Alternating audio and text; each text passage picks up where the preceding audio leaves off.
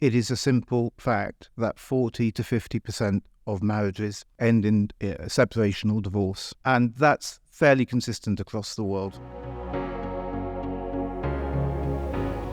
Today we're going to be speaking about quite an emotive issue, and that is divorce and how it affects your succession planning. I think too often, particularly in the media, things like prenuptial agreements are described in the wrong way, as though there's some sort of almost, you could say, poison pill planning. If one party has more wealth than the other party in the event of divorce is left penniless or something like that. That is, in my experience, not the way to approach such planning. It can even be quite legally vulnerable to attack. So that's not the way forward. And in your line of work then, what trends are you seeing when it comes to modern families and their wealth? And do you see divorce becoming even more of a prominent topic? Most families that I come across nowadays, they have family members in different countries. In the past, people were less mobile, and that mobility also presents a challenge, because when you plan the succession of wealth and maybe plan things like the possible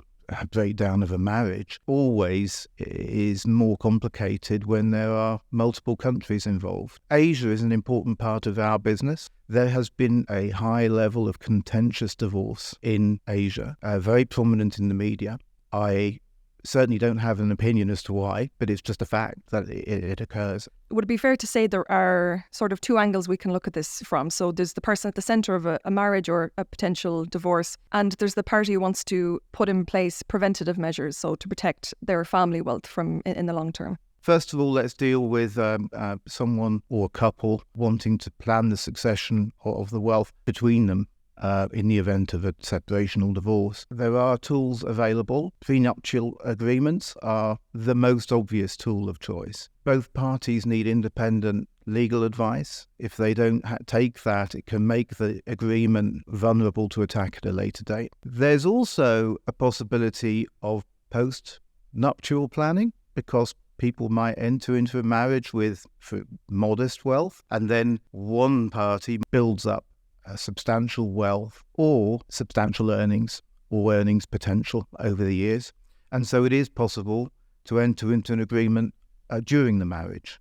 And how can a high net worth family then, for example, mitigate the risks of losing wealth over generations from spousal disputes? Whoever has possession of the wealth has the right to plan it using different planning tools. The most regularly used tool are trusts. A straightforward example is that someone with substantial wealth can establish a trust that will exist for potentially indefinitely, or 100 years or 200 years. The beneficiaries are their descendants, but not the spouses of their descendants.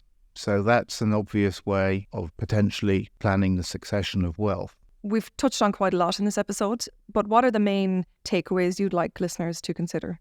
If a marriage does sadly break down, and assuming there's no prenuptial agreement, any notion of shielding, any party shielding their wealth from consideration by the divorce courts, is completely flawed. And it is important to remind clients of this, because most people in the world are honest, decent people, but if a marriage breaks down, it's emotionally charged, and even though they're honest, decent people, they might consider last-minute measures in order to shield their wealth, because in the emotionally charged situation it seems justifiable. That sort of planning is improper. Sometimes our clients need someone independent to just drop them the hint that is an unwise way to go.